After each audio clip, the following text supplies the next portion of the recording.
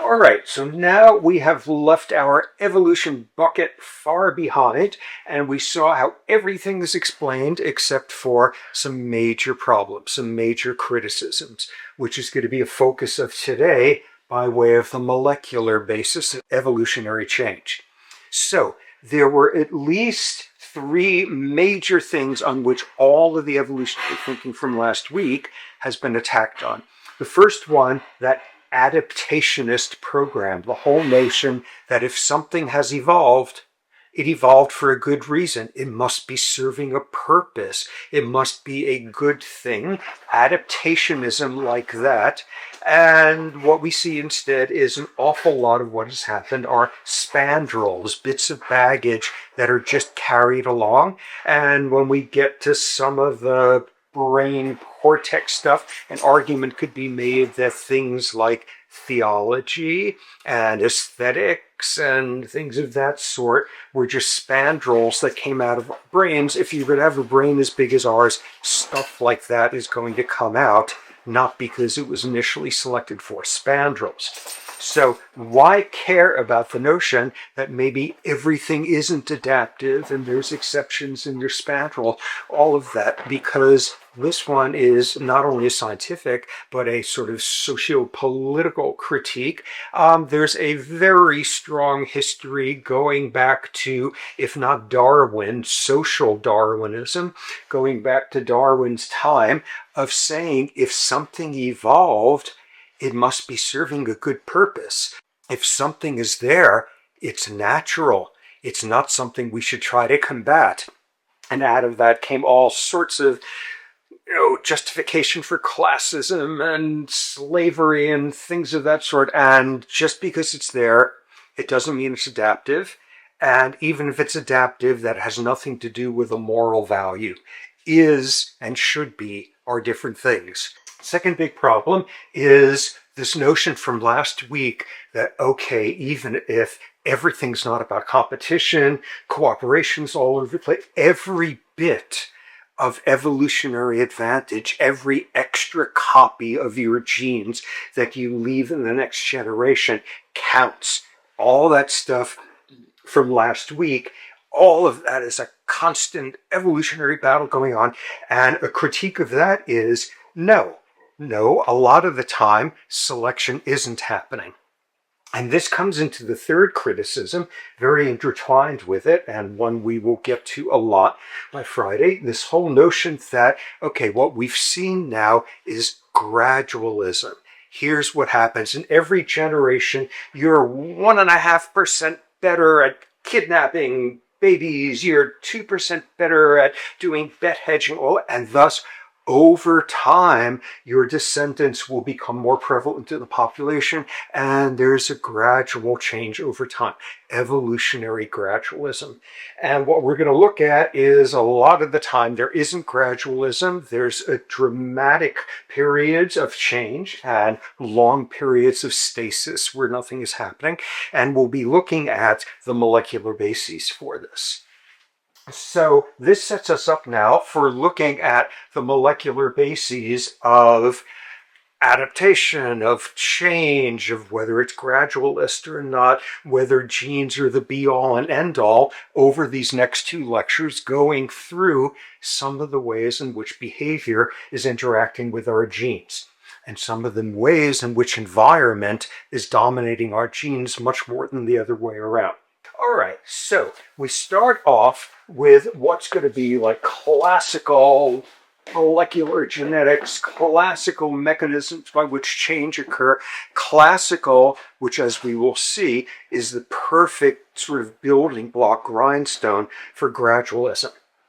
Classically, there's three types of mutations, and we all know about that. A point mutation, one single base pair, something screws up, a copy error, radiation, and it turns into a different base pair. Okay, so that's a point mutation. In deletion mutation, this particular base pair somehow gets lost. And as a result, ACTT shifts over. These every three is a codon coding for an amino acid. If that's new stuff, that's a good sign. Go to the catch-up. So what we get in this case, thanks to this one deletion, one base pair deletion, we have a frame shift with dramatic consequences. You could get a deletion mutation that's more than one base pair. You knock out two of them. You knock out G and A, and now it's C, T, and it's even more chaotically screwed up. You frame shift everything downstream from this over to make up for what's been cut out. And we will see at points you will get hundreds, thousands of base pairs in a row that have been deleted in certain types of mutations. Certain types, an entire gene is mutated. By Friday, we'll see some very special circumstances where you could delete out all of the on and off switches for genes. So those are deletions, anywhere from one up to very major chunks. Conversely, insertion, you can stick in a new base pair that wasn't supposed to be, and now you frame shift everything to the right, and you change the codons downstream, every single one of them. Big consequence. And you can have an insertion with way more than one base pair, and there's all sorts of really interesting neurological diseases, for example, where a triplet of base pairs are repeated abnormally dozens, scores of times, and that makes for a very messed up protein that it codes for. Dramatic frame shifting, whether you're sticking in one or multiples, all of that. Okay, so this is classic sort of mutational stuff that your great-great-grandparents learned when they were settling the prairies. This is what mutations are. This is the possibilities. Oh, dramatic foreshadowing. We will see so many interesting exceptions to that. But this is, a mutation is occurring in the DNA relevant to this one gene.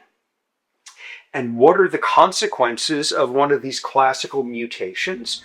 All sorts of possibilities. The first one is you have such a big frame shift here that, the protein doesn't even get made. It's broken down. It never gets past the RNA stage by sort of quality control. And you completely knock out, delete the protein that would normally be coded.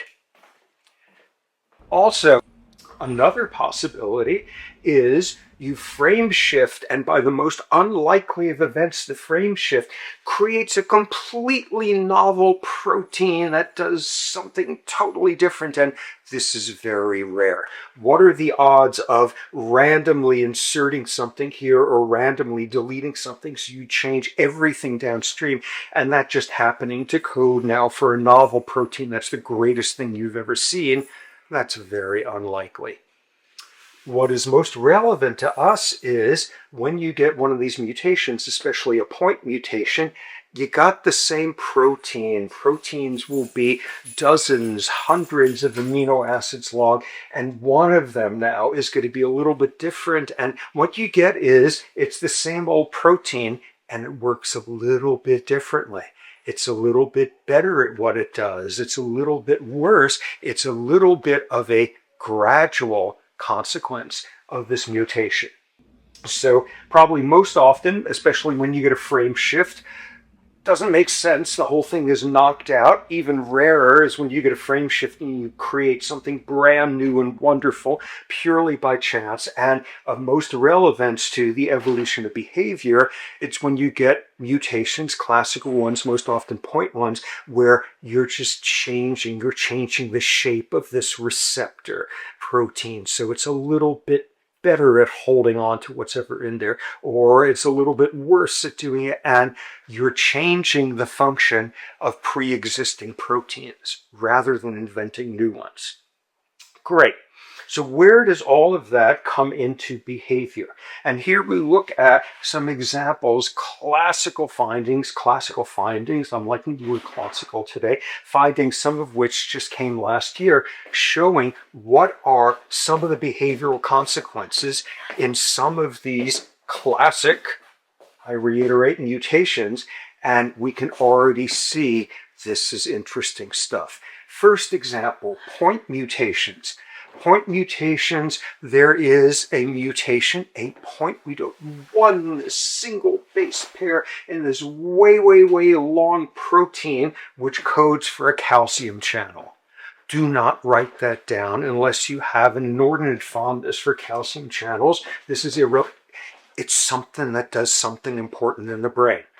And what's the result of that? There's an increased risk of autism spectrum disorder in people with this mutation. Now, an aside, one of the themes in here is buckets. You put arbitrary boundaries and you screw up everything. And there's never an area where it's more pertinent than when we take the continuum of human behavior and arbitrarily put a boundary and say, this is normal, and this gets a disorder label, a disease label, a pathological label.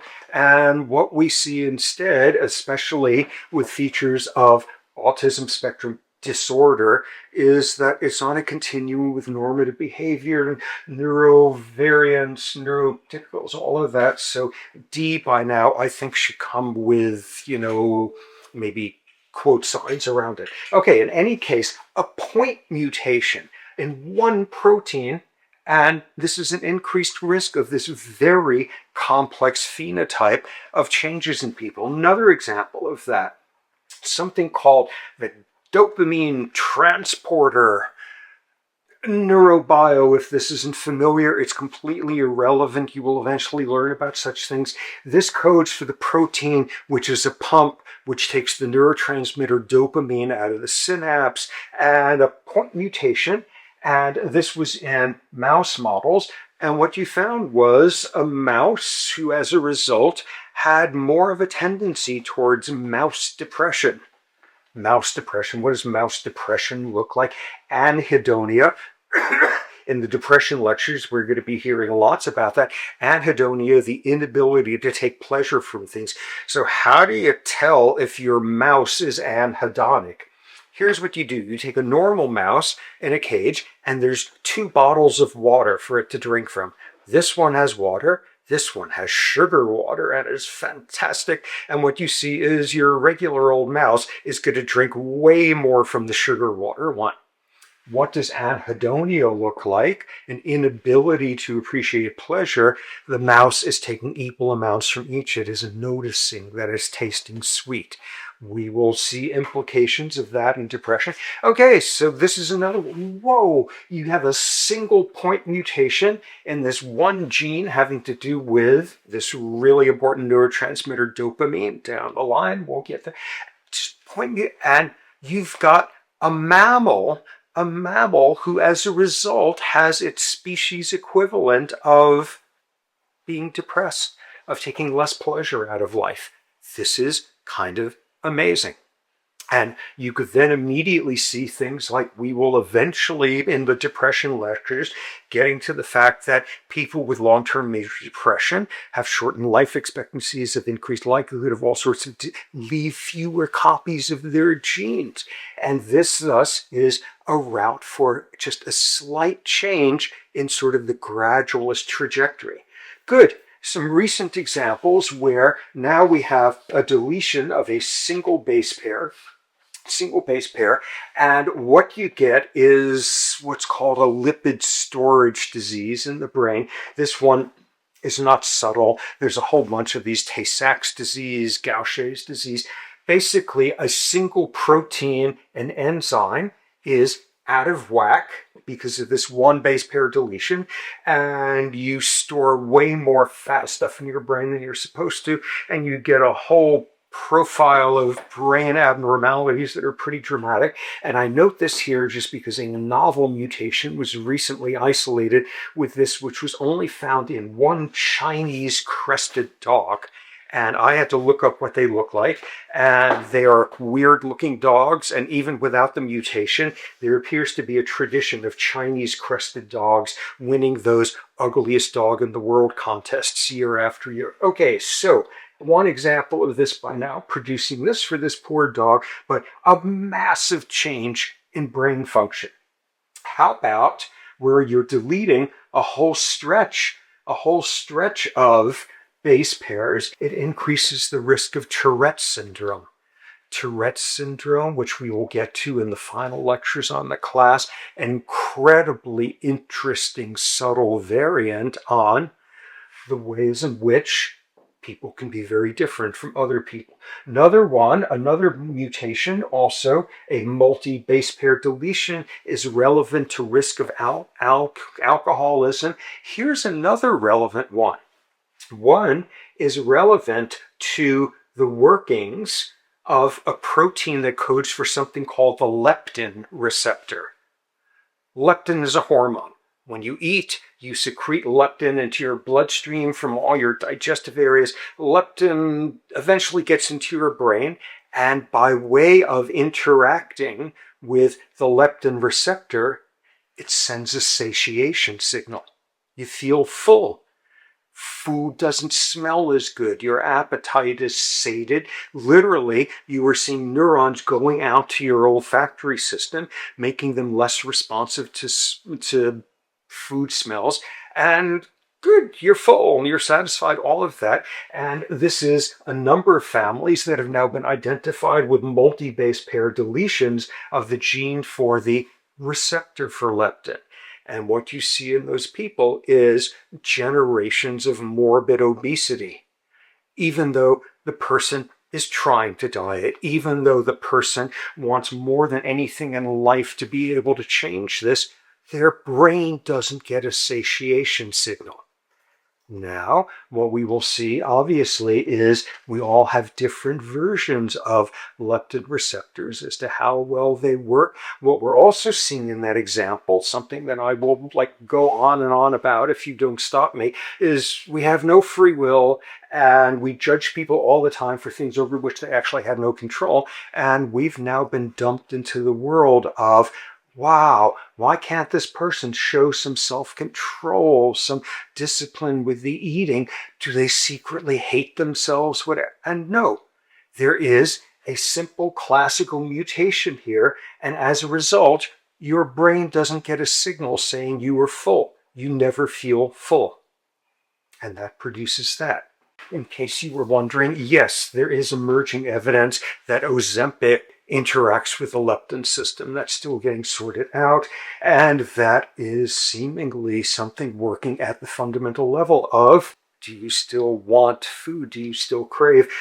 Okay, more examples. We push on now into the realm of, instead of deletions, insertions. Single base pair insertion, once again producing another lipid storage disease. And weirdly, delightfully, there's most recently a case report on this mutation, a single example of it, in a Saluki dog. Note what's interesting here. You can screw up a gene with a one base pair insertion. You can screw up a gene with a one base pair deletion, and you can get something roughly similar in terms of what comes out the other end. Okay, finally, you can have an insertion which is more than one base pair. Hundreds, thousands, all of that. And here we get into some very interesting realms about our behaviors. Our neurotransmitter dopamine, we're going to know oh so much about that. It has 24 different receptors, and here's a particular one, the D4 dopamine receptor. It's a protein. It's coded for by a gene. And you will get individuals who will have an insertion mutation in their D4 dopamine receptor gene, and as a result, it's not expressed. As a result, what are you more at risk for? ADHD, attention deficit hyperactivity disorder, which absolutely is on our behavioral continuum, and that's this bucket category diagnostic arbitrary boundary thing that sort of appeared in the literature in the last few decades, and this, all sorts of different versions and different vulnerabilities to ADHD. Another example, this is one we are going to hear tons about, vasopressin hormone. Vasopressin, we will find out, has to do with all sorts of great stuff. Vasopressin makes you more faithful if you're a male in a pair bond. Vasopressin makes you more trusting, makes you more generous, makes you all sorts of great stuff, along with its sister hormone, oxytocin. So we have a vasopressin receptor. A vasopressin receptor coded for by the vasopressin receptor gene, and studies in recent years showing that all sorts of folks have these big, long insertions into the vasopressin receptor gene, and as a result, you're modulating how well the resulting receptor works. With every generation, you're leaving a few more copies of your genes if you've got a good version of this, or you're leaving a few fewer copies of genes. Gradualism, selection for traits becoming more or less common in a group, in a population, in a species, based on this scale of classical mutations. All of which you will note are restricted to effects on a single gene. These are all mutations in single genes of these different sorts. So this is our classical picture, and this is exactly like taking us back to these lectures. This is sort of the molecular evolution of genes relevant to how good you're going to be at the prisoner's dilemma, and can you pay attention when you're getting lessons on how to do competitive infanticide correctly, and are you going to be a super duper extreme version of a tournament species or a mild one. And we see all of this stuff mapping onto our stuff from last week. You can get all sorts of additional information with this classical approach. You can now do things like sort out pedigrees, evolutionary histories, by comparing, for example, the DNA sequence coding for a particular vasopressin receptor in you versus someone else. And you could figure out some degree of relatedness there. More interestingly, or more common, is to look at, say, the human version of it, and then look at the barnacle version and see how different it is, and be able to get insights into how long ago they split off, who's more closely related, what species are more closely related to humans than to barnacles. You can construct sort of evolutionary pedigrees that way. And a great example of that is a gene we're going to hear lots about when we get to the language lecture, a gene coding for a protein called FOXP2, which has something to do with language.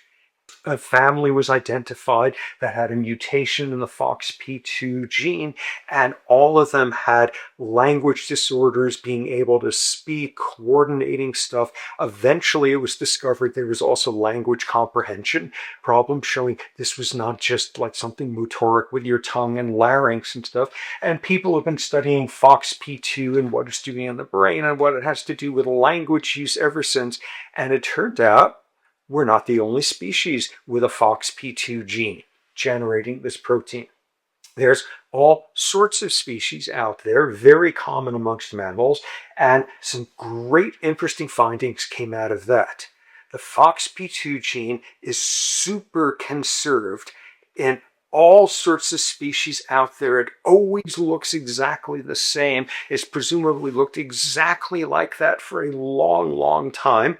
And then you get to these interesting species, and you see us versus a zebrafinch, 7 amino acids in the gene, 7 amino acids in the protein coded for by 7 codons. 7 of them differentiate us from zebrafinches, 3 of them from rats, 2 of them from chimps, 1.5 from Neanderthals, and we will see what I mean by a half. They had the FOXP2 gene just like us, and it's almost identical.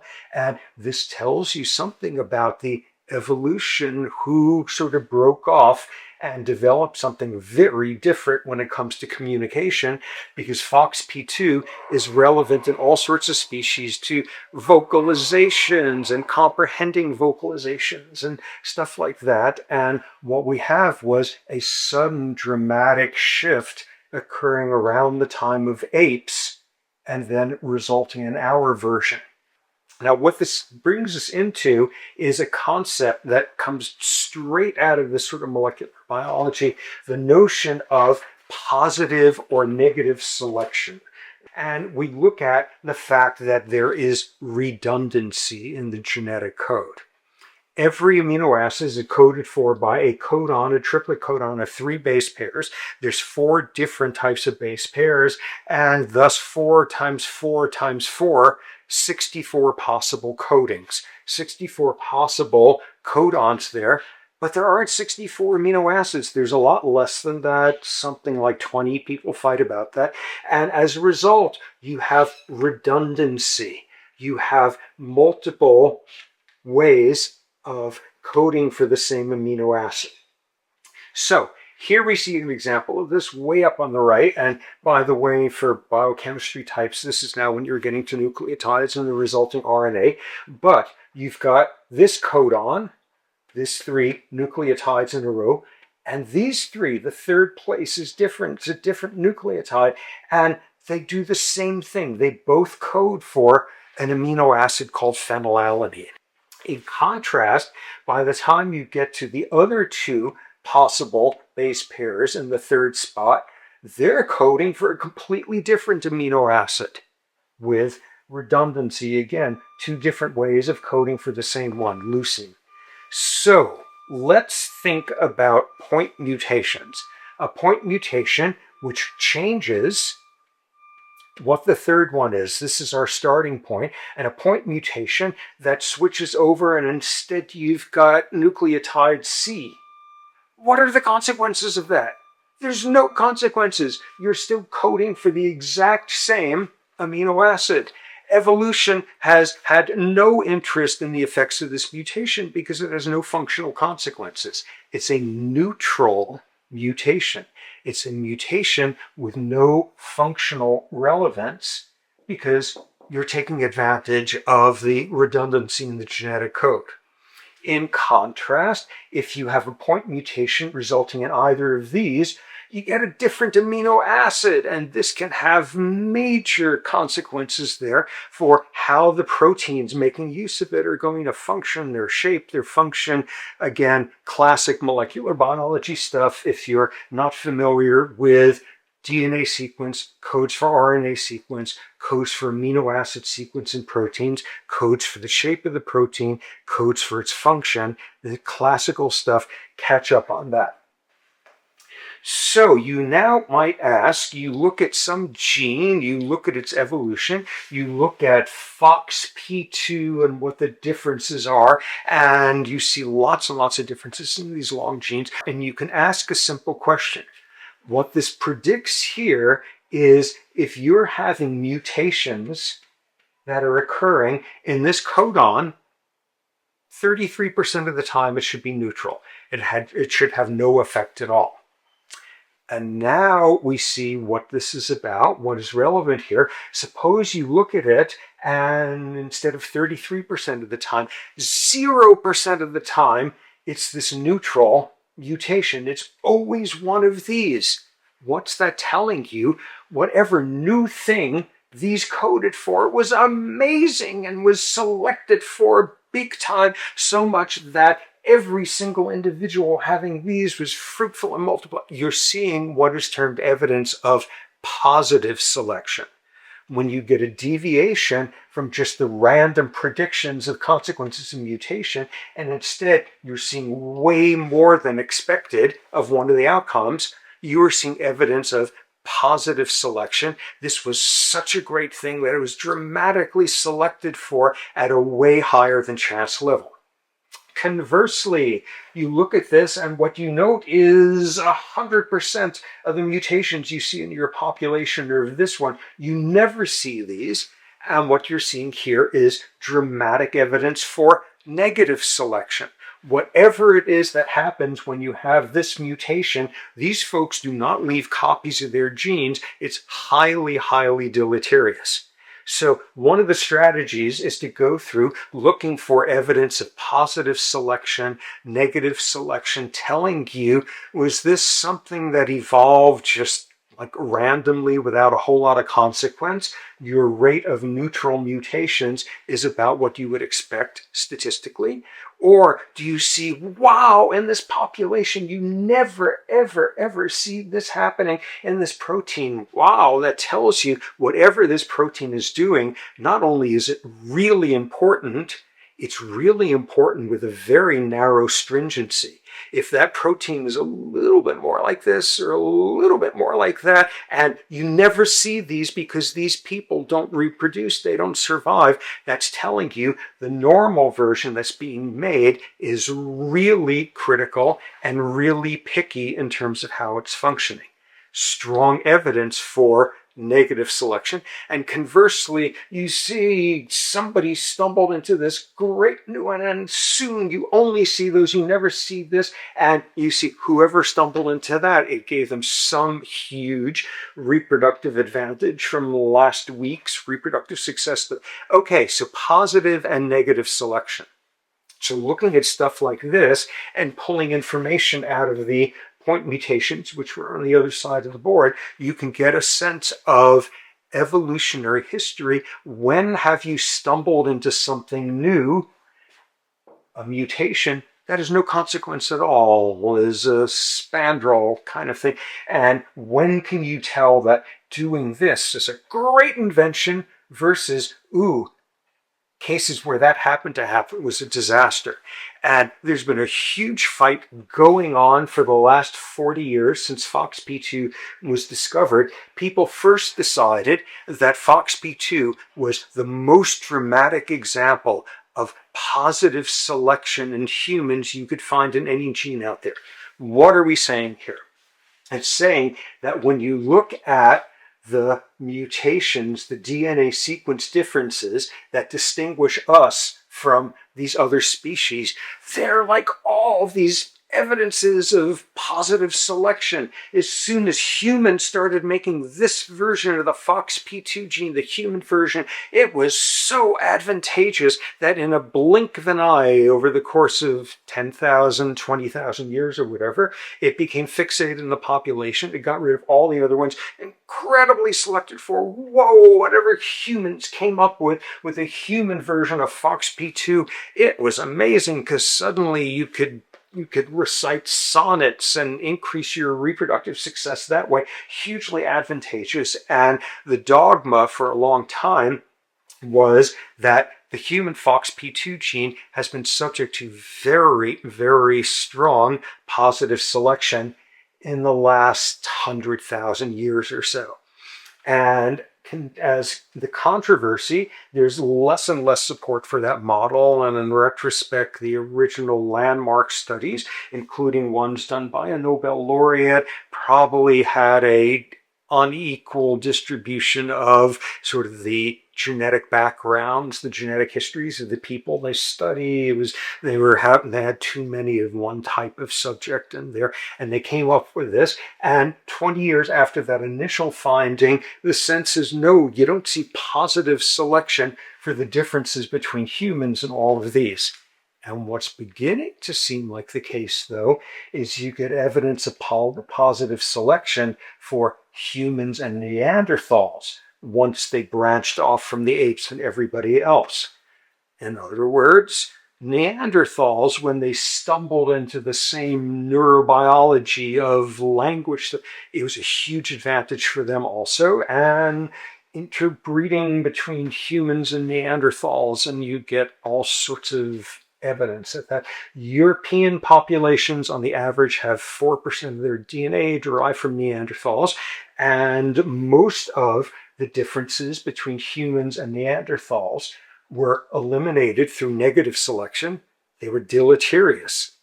The few that are positive, humans versus Neanderthals, code for stuff like hair color and skin pigment And whether you have freckles, what people have now decided is lots of those Neanderthals living in Northern Europe way before we got there, lots of them had red hair and like freckly complexions and white skin as part of that picture. So that's one that has entered the human genome through crossbreeding. Nonetheless, what we see here is using all of this micromutational point deletion insertion stuff, we see a whole bunch of realms on the other side of the board where it has interesting influences on human behaviors, like subtle human behaviors. How much do you have to eat until you feel full? How easy it is for you to concentrate on a lecture, how prone you are towards alcoholism, how faithful you are in a pair bond, so all of that playing out. And in addition, with that whole approach, we can see something about the evolutionary history of individual genes and getting a sense when things split off. Was there really strong, rapid selection for that? And the rapid positive selection for FOXP2 was probably occurring about 250,000 years ago when we were all still the same primate species there. Good. So this gets us through this whole notion of what classical mutations might be doing to behavior. What this transitions us to is asking one of the three big questions that were generated from the evolution lectures last week. So the first one is this question built around adaptiveness and built around this key issue of, do genes know what they're doing? Of course genes know what they're doing. They're amazing. Genes specify proteins. The genome, the DNA sequence is the code of code. It's the holy grail. And, back in the 90s, the most expensive biology project in history was sequencing the human genome, a great dramatic story of that, of two groups competing and racing and all that, and trying to get that. And oh my God, everybody was naming their kids after the people who led these sequencing teams, and this was the most exciting thing because, and you would actually see terms like this, because DNA is the code of codes. DNA is the master sort of controller of everything going on in our bodies. DNA, genes, coded for by DNA, is everything. And in that view, genes, be all end all, genes make decisions. A gene decides when it is going to activate and do the steps, RNA translation, do the steps needed to make the protein that it codes for. Genes code for this protein, and genes decide when to make the protein.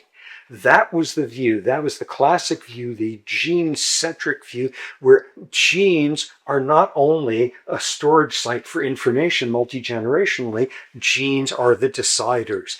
Genes are running every cell, every organ in your body, and that turns out to be complete gibberish, which is going to dominate a lot of the next week and a half or so, because genes have no idea what they're doing.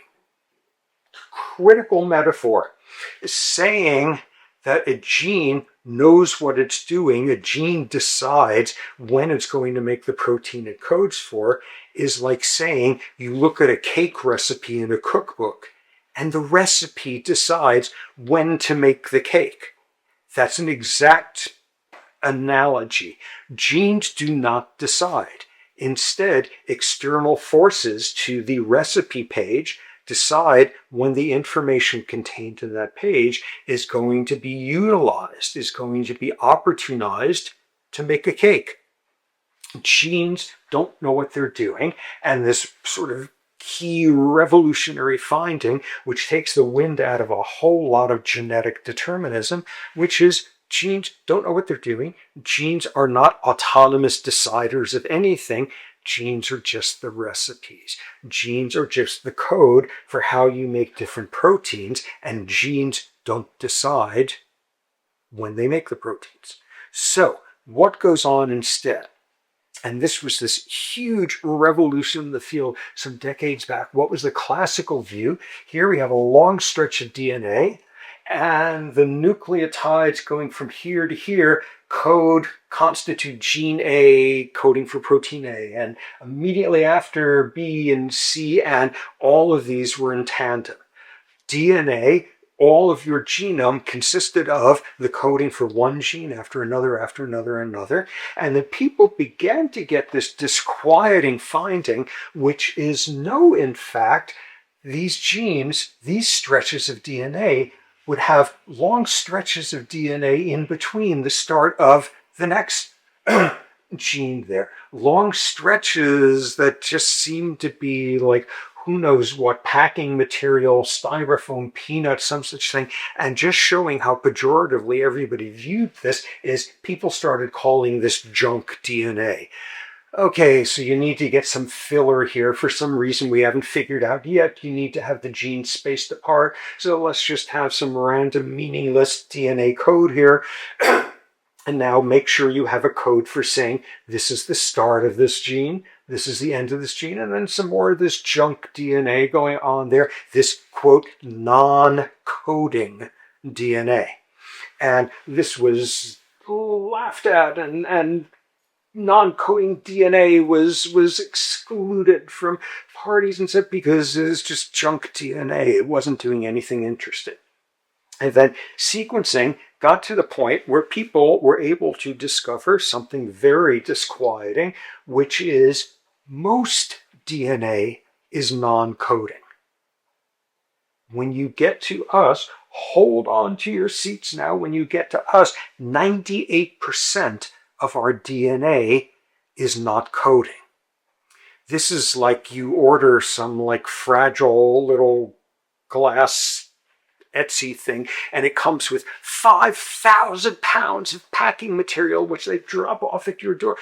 Oh my God, 98% is this stupid junk stuff? What's going on here? And what was the revolution was realizing that the junk DNA was not junk DNA. The non-coding stuff did incredibly important stuff, the most important stuff in this context of understanding why genes don't know what they're doing. What amid, and like there's tons of research doing all the different things that non-coding DNA codes for, and some fantastic stuff with that. What was the main, most relevant finding? What do you find in the non-coding DNAs? The instruction manual. The on and off switches. The on and off switches that determine whether, for example, you were going to activate gene A and make its protein. Just upstream of it, and this is the term that came to be used, upstream, further up in the stream of DNA as opposed to downstream, just upstream, you would find an on and off switch. And this was spectacular, because this suddenly gave you insights as to, well, if genes don't make decisions, if genes aren't deciding when to make the cake, what is deciding? And the on and off switches let you begin to ask, how do you turn genes on and off? And it turned out that upstream of genes would be specific DNA sequences that would code for regulatory elements. For example, like a promoter. What would happen? Along comes this thing, this chemical, this molecule thing called a transcription factor. Here we have transcription factor number 1. And it happens to fit cliche like a hand in a glove, like a key in a lock, all of those complementarity stuff there. And this transcription factor plugs into there, and if and only if it plugs into there, you make a copy of the protein coded for by gene A. This gene is activated, it becomes transcriptionally active, it's transcribed into RNA and then translated into protein. You have a transcription factor which takes this on and off switch and flips it in the on direction. And there's suppressor elements and enhancer elements and all of these upstream controllers. What are we beginning to see here if like 2% of your DNA is being used for this stuff, And instead, the overwhelming majority is where you get the on-off switches, the instruction manuals. What we're beginning to see is when it gets to DNA and what stretches of DNA are about, the regulation of genes is probably way, way, way more important than the genes themselves.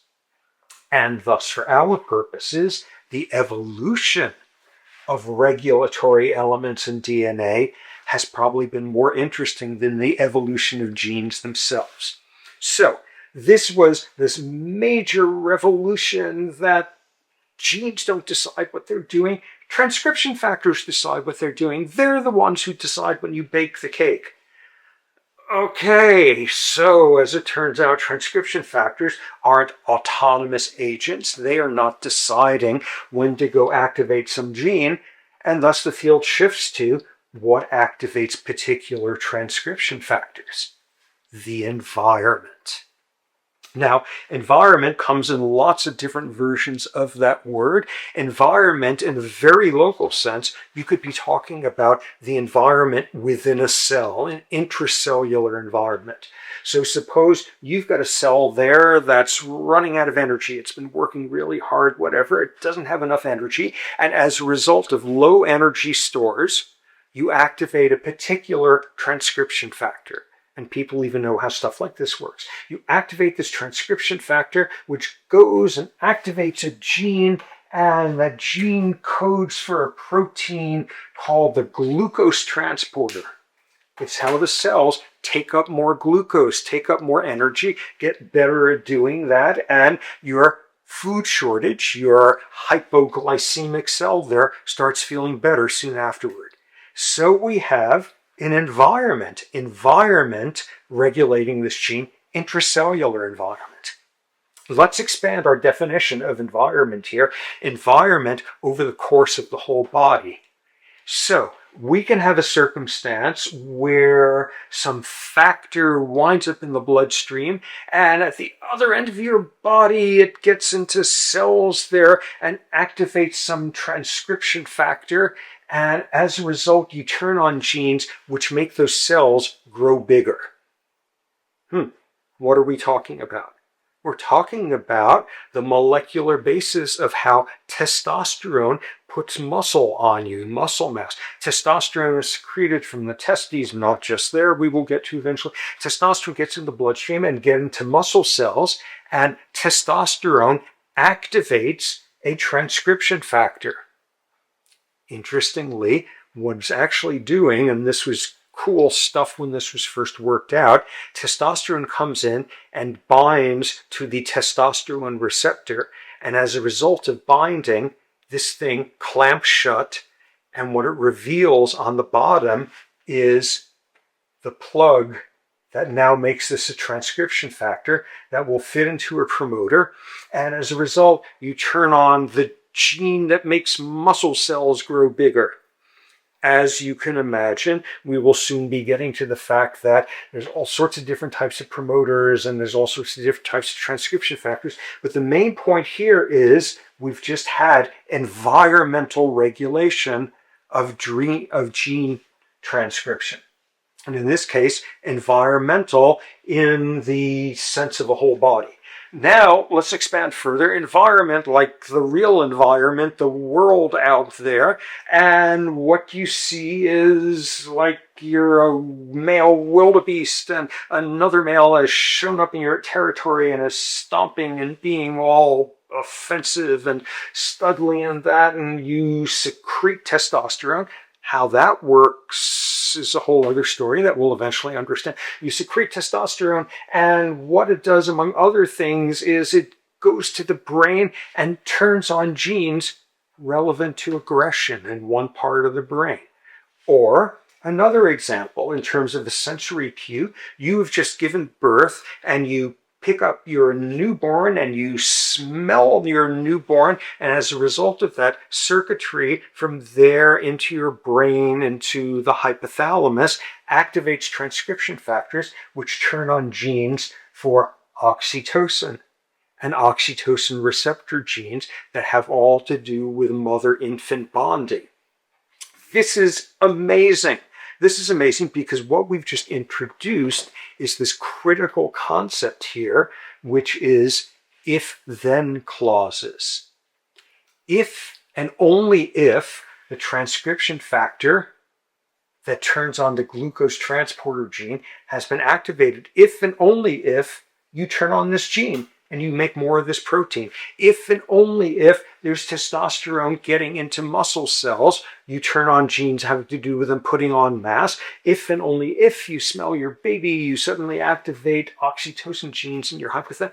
This is as dramatically moving away from genes are the holy grail, the code of codes, genes decide everything. You're smelling your baby's tushy, and as a result, you're changing the activity of genes in your brain. Genes do not know what they're doing. Genes are not making decisions like this.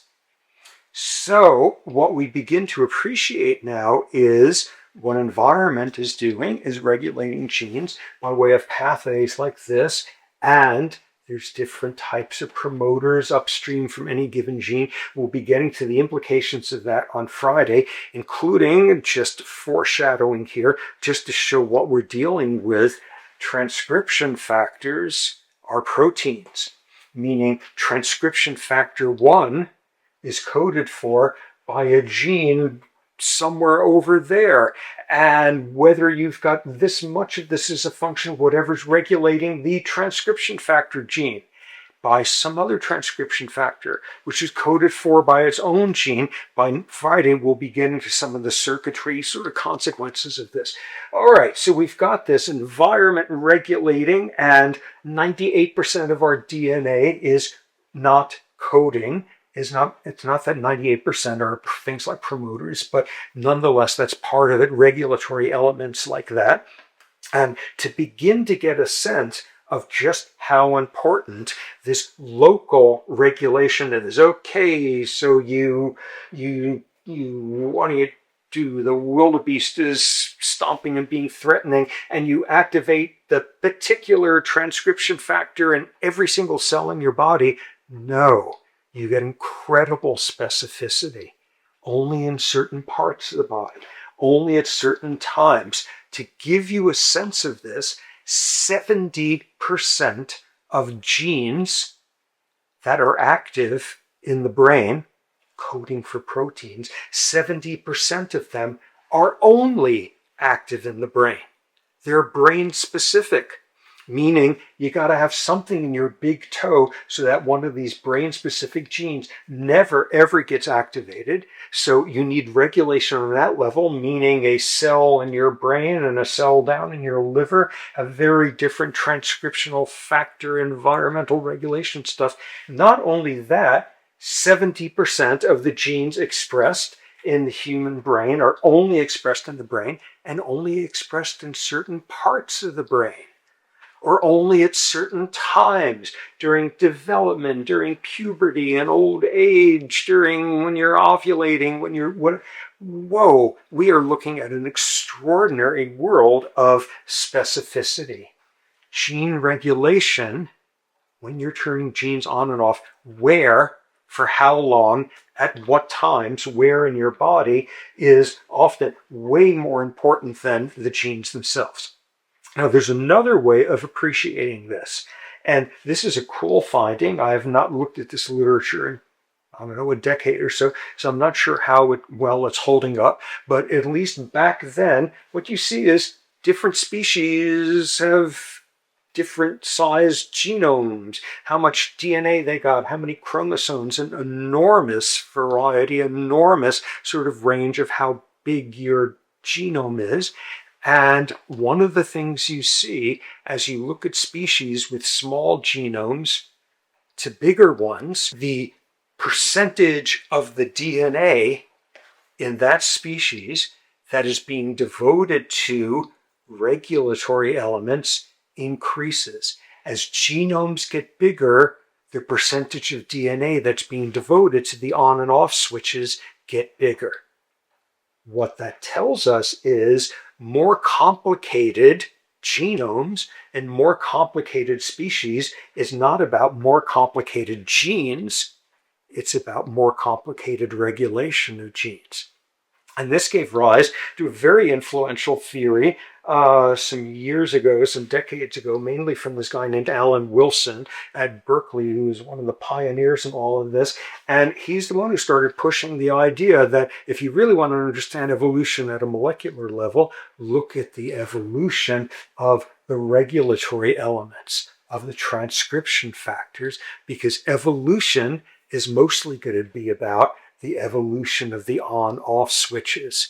And you change the on-off switch. This is a stretch of DNA. This little stretch coding for this promoter can have a point mutation, can have an insertion, can have a deletion. So its shape changes a little bit and it only responds to a different transcription factor. We'll be seeing this on Friday, that what evolution is doing, its most interesting consequential stuff is about, is causing changes in sequences of regulatory elements rather than genes themselves. And insofar as it's genes themselves, the most important ones where evolution is playing out are genes coding for transcription factors. And this was an idea they put forward at the time, which sounded very appealing and kind of made sense, and more support for that in the years since.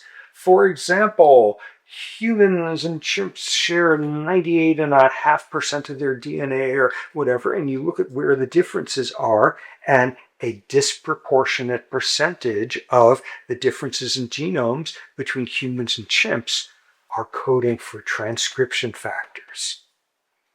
A disproportionate percentage of the genes that differ, the ones coding for transcription factors, are the ones that have evolved the fastest, have been most subject to positive selection. And this completely supports this notion that the really interesting stuff about evolution is changes in the regulation. Good. So we've now gotten to the point where we can appreciate sort of the molecular basis of classical evolutionary change, point, insertion, deletion, and sometimes very consequential, sometimes subtle changes relevant to behavior in all sorts of interesting ways. When you look at DNA information from different species, you can construct evolutionary histories. You can get a sense of whether a particular thing evolved because it was really amazingly good, or something never evolved because it was really deleterious. Evidence, footprints of positive or negative selection, all of that. And most importantly for us, we've now seen how environment can cause changes in what your genes are doing. Now, the key point here is the effects of environment. If and only if this is happening in the environment, activate this transcription factor and activate this gene kind of thing. These are short-term effects. The transcription factor plugs in there, it comes out after a while. This is just day-to-day regulation. And the final realm in which we see that genes have no idea what they're doing are types of regulation turning genes on and off for years at a time, for decades, your whole lifetime, in response to experience. Experience causing long-lasting changes in DNA regulation. And this is this whole insanely trendy field of epigenetics.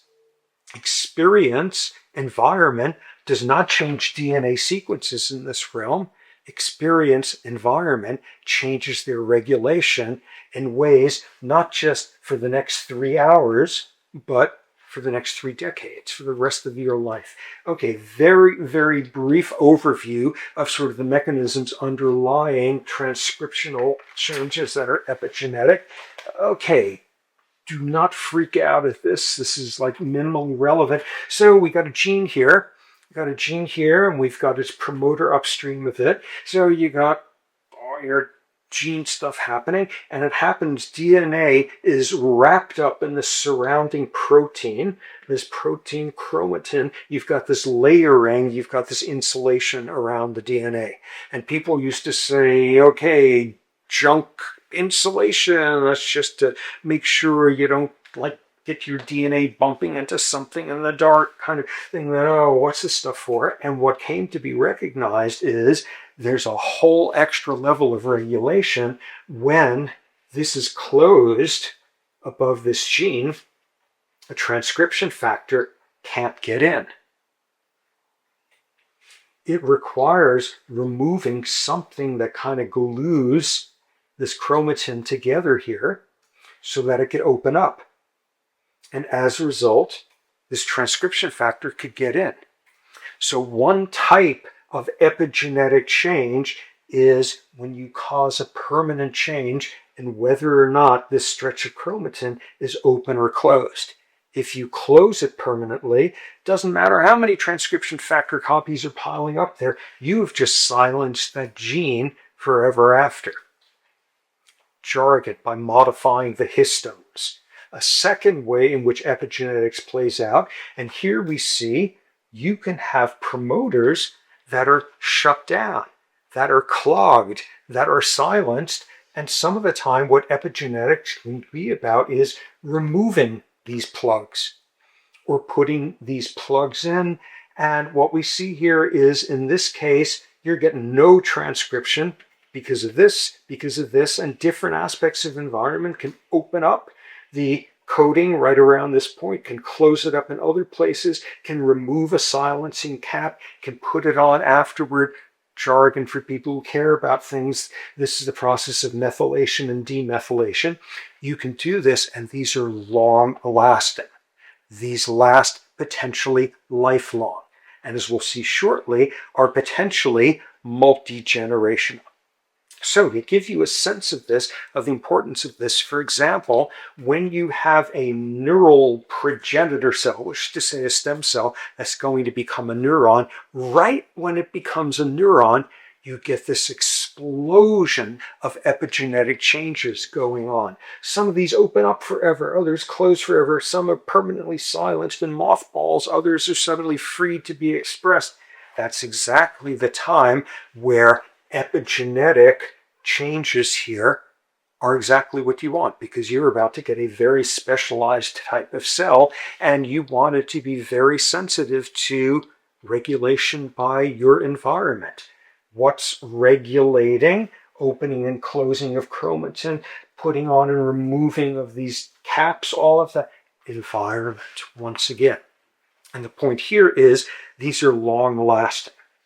So the original dogma was this is something that could last when you silence a gene by way of its promoter, by methylating it, it could last for a long time. And soon people decided the most exciting thing on earth is these can be lifelong. And you get to the fact that early experience in life can cause some permanent changes in gene expression, things like stress, things like adversity, all of that. Whoa, that's explaining that is the epigenetic basis of destiny. You get some bad luck early in life and you silence this gene that you really don't want to silence, or open this one up. You do something like this and you've got it for the rest of your life. That's how early experience can have an effect on your brain for all of the rest of time. What people have learned since then is two things. First, not all of them last forever. You can reverse epigenetic effects. You can remove a cap that was put on there when you were a fetus. You can open this up when it was closed during childhood. You can reverse these things. Epigenetic events are reversible. And just to begin to, like, metaphorically hint at where we're heading down the line, it is possible to do therapeutic things to correct an epigenetic effect that is somehow damaging, which is deleterious.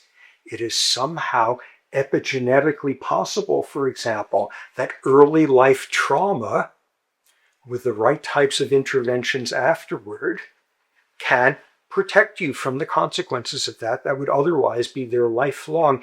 Oh, with this sort of traumatic childhood, you are going to have an increased risk of an anxiety disorder for the rest of your life, unless by the time you were a teenager, you were lucky enough to get into this sort of therapeutic environment. Let's translate that into this stuff. Certain types of, for example, early childhood adversity will have epigenetic consequences. and you're going to have them for the rest of your life unless you go in and you do something that taps into the means of reversing this. And what we're seeing here is this is a pathway, like beginning to see how much environment regulates this stuff. In some way, there's many steps downstream that connect getting a good psychotherapist and having less problems with anxiety. And somehow that can involve environment all the way down, reversing some epigenetic effect. So that was tremendously exciting because it tells you there's like the whole world of causing epigenetic effects. There's this interesting of a world of reversing them, and that's a very hot area of research. The other amazing thing, the most consequential thing here, is that sometimes epigenetic effects not only will last your whole lifetime, but will get passed on to your kids and grandkids. Epigenetic effects can be multi-generational. This is important. So there's at least two ways that you can have multi-generational epigenetic effects. Notice this is not you are inheriting as a result of something happening environmentally to your parent. It changes their DNA sequence and you inherit it. The DNA sequences are not changing. You're inheriting a particular regulation of a particular gene. So how can these things be multi-generational? Because whatever it is, it's not like standard genetics of inheritance, and thus it's termed non-genetic transmission of traits across generations. There's two ways that it can happen. First example, you have an epigenetic effect on an organism which in some way changes how it's functioning, such that when it has kids, the changed functioning on the part of this parent will reproduce the epigenetic effect in the offspring. Where you are doing something, epigenetics producing, what we're interested in, producing a behavioral change in someone, which makes it likely that they will have the same epigenetic effect on their offspring, who will thus behave differently and pass it on, and so on through the generations. So this is multi-generational transmission through behavioral means. Let me give you an example of what this looks like. And this is one of the landmark studies in this field. This was a study done 30 years ago, I don't know, by a guy named Michael Meany at McGill University, a very renowned behavioral neurobiologist and all of that. And what he took advantage of is something which, when you think about it, has to be, which is all rat mothers are not the same. They differ in their mothering styles. What does that look like? You can have a very attentive rat mother who licks the pup and grooms them and carries them around and futzes with them and gets their hair out of their eyes and things like that. Or at the other extreme, you can have a very inattentive mother who does very little of that.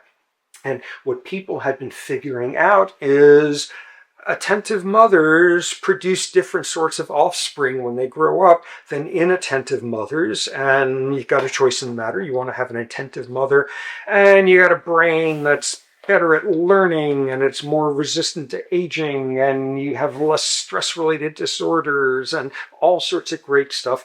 Okay, so mothering affects how this kid is going to be as an adult. And what Meany showed was this was an epigenetic effect as follows. He focused in particular, on this one gene that codes for something called the glucocorticoid receptor. If this is totally new, don't worry about it. This codes for a gene that's very relevant to how well you deal with stress. So that's the level you need to know this by now. And what he showed was with the right type of mothering, with the right type, highly attentive mother, licking and grooming, as a result of this, there's epigenetic changes. You open up the chromatin there, you take off a cap here, and as a result, in your offspring, this gene is more active in one part of the brain. One part, different regulation in different parts of the body, brain at different times. So you lucked out and you got a mom who licked and groomed you a lot, and this turned out to have this epigenetic effect, long lasting, opening this up, removing this cap, and as a result, long afterward, you, the pup, the rat pup offspring of this attentive mother, are going to be making more of these glucocorticoid receptor things. All that's relevant here is that's consequential. If you've just been set up for lifelong changes, lifelong increases in expression of this gene in one part of the brain, it turns out that does good stuff. That does good stuff as an adult. You have less of a stress response. You learn better during stress. You get fewer stress-related diseases. This is officially a good outcome. So here we have an epigenetic effect, mom's licking, and you got the good, right kind of mother. And as a result, forever after, you're going to make more of this protein as a result of this gene being more active in this part of the brain. Great. Okay. That's a regulatory effect like we just saw. Now, what he showed that totally blew people away is if you are one of these lucky ones, among other things, you have low levels of these stress hormones called glucocorticoids. Don't worry about the details. All that matters is if you've lucked out and you've got all sorts of things about your brain and body are working better in adulthood, what's one of the consequences of that? When you become a mother, you are more likely to be one of those that's very attentive and does a lot of licking and grooming, and all because you're less stressed and you can devote more time to your rat pups. And what happens as a consequence? You rat pup, because of how mom mothered you, you have this epigenetic change, which resulted in adulthood in a mothering style that replicated this epigenetic effect into the next generation and replicated it, and this goes on multi-generationally.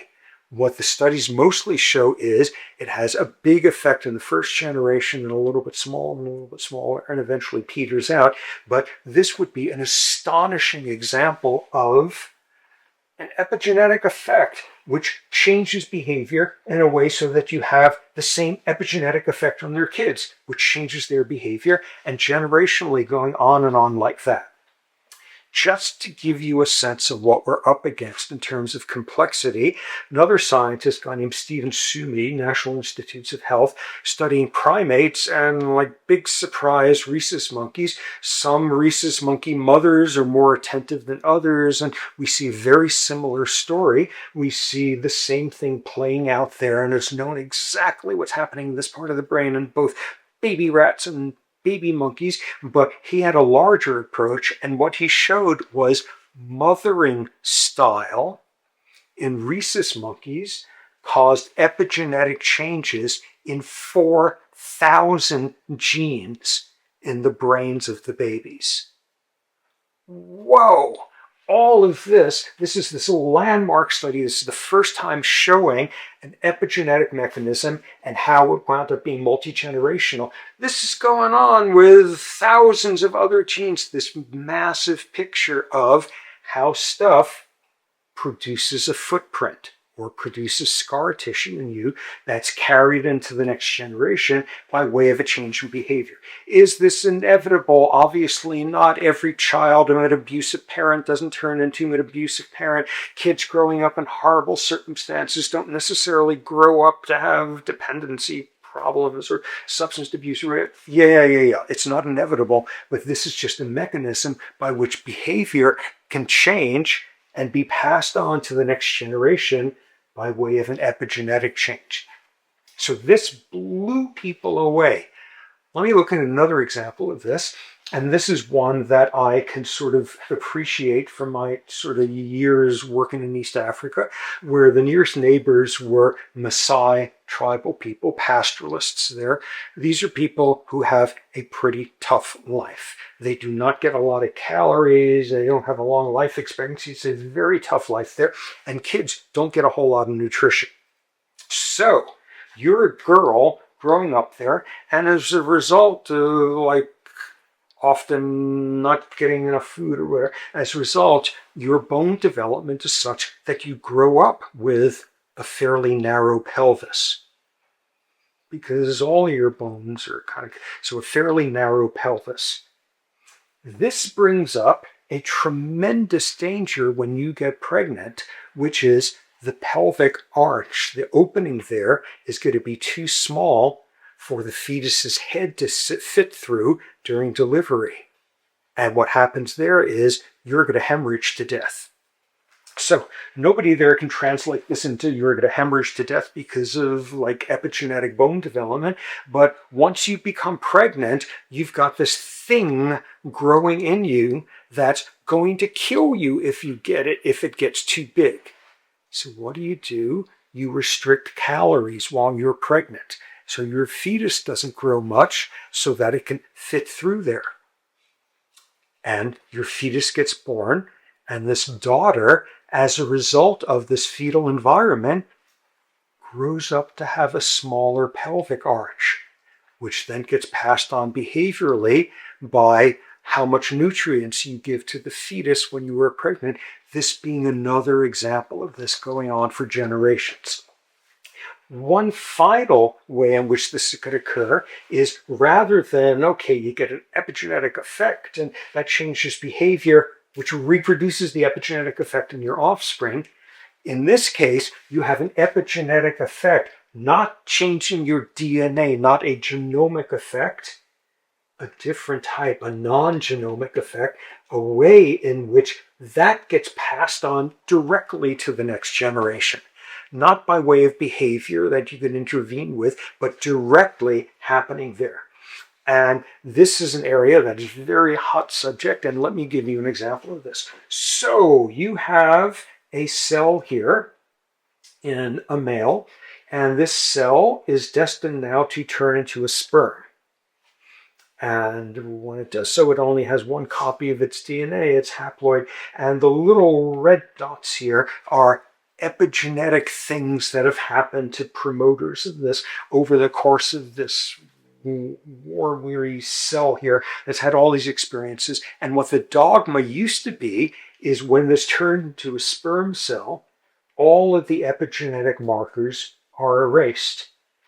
And the same thing is going on in a cell that's going to become an egg cell. When it does, all of its epigenetic markers are erased. So none of this stuff gets passed on to the next generation.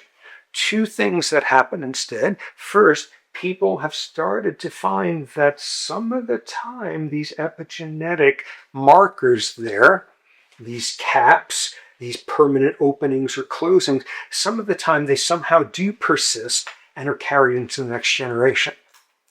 It's not clear how much of that, but the dogma used to be all of the epigenetic stuff is erased when you make one of these gametes. So maybe that's not really the case. But here's another way it can happen. So here we have this cell and we have these various epigenetics, and here we have a mysterious protein. We're not even going to give it a name, but what this protein does when it's activated, what activates the rest of the story, when it's activated, it epigenetically silences a particular gene. So you make the sperm, and suppose even all of these epigenetic marks are removed, this protein is still existing there in the cytosol and the sperm. People used to think there was essentially no cytosol, but there's enough for something like this. And fertilization occurs, and now you have this fertilized cell with this double helix. And what happens? This goes and silences the same gene.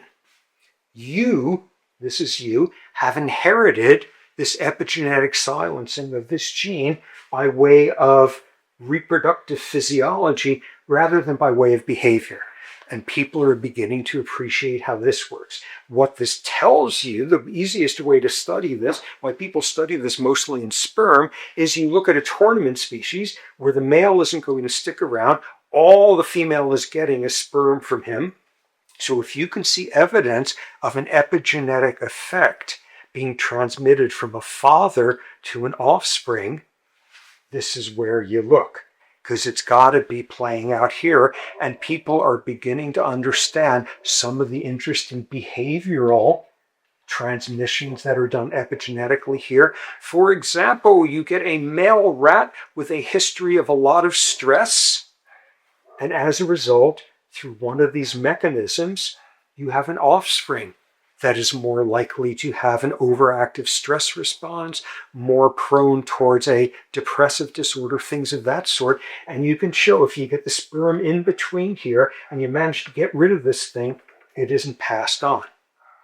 All sorts of environmental toxins, environmental estrogens produce stuff like this that will permanently silence a cell for a particular gene, and this persists and gets passed on to the next generation, the next, all of that. What have we got here? We've got 2 points to emphasize in the final 30 seconds. There are actually 2 points. One, genes don't know what they're doing. And in our picture of gradualism that explains everything from last week, nonetheless, it's all within this backdrop that genes don't know what they're doing. Environment regulates genes. The evolution of the regulation is more interesting than evolution of the genes themselves. Sometimes the regulation could be transient. Sometimes it could be very long-lasting. Sometimes through totally cool mechanisms that are very newly researched, it could be multi-generational. So there's this whole level of evolution that's occurring in a non-genetic manner. Other term for it, in a non-Mendelian manner. Final point. Many of you grew up aware of one of the great punching bags of science history, Lamarck. Lamarck, 50, 100 years before Darwin, decided here's how species evolve. You're a giraffe, and you're a giraffe from back when, so you have a little neck, and there's all this great stuff up there in the trees. You reach way up, and as a result, your neck gets longer, and as a result, your child will have a longer neck. And they'll have an even longer neck, and their child, and this is Lamarckian inheritance, and he got laughed out of the business once people figured out this is not how it works, this is ridiculous. Notice this is something that looks a lot like what Lamarck was specifying, and this is now referred to as neo-Lamarckian transmission of traits, an acquired trait from the environment, and a mechanism to pass it on to the next generation without changing the sequence of DNA. So this has been one big resurrection, and I told you so for the long-dead Lamarck. Lamarck is to neo-Lamarckian as group selection is to neo-group selection. This is obviously a very different version. Okay, what we are poised to do in the next lecture is to then take on these issues of, okay, is every single change adaptive, and how is that playing out on this level? And is evolutionary change always gradual? And if it's not, what are the mechanisms for this happening?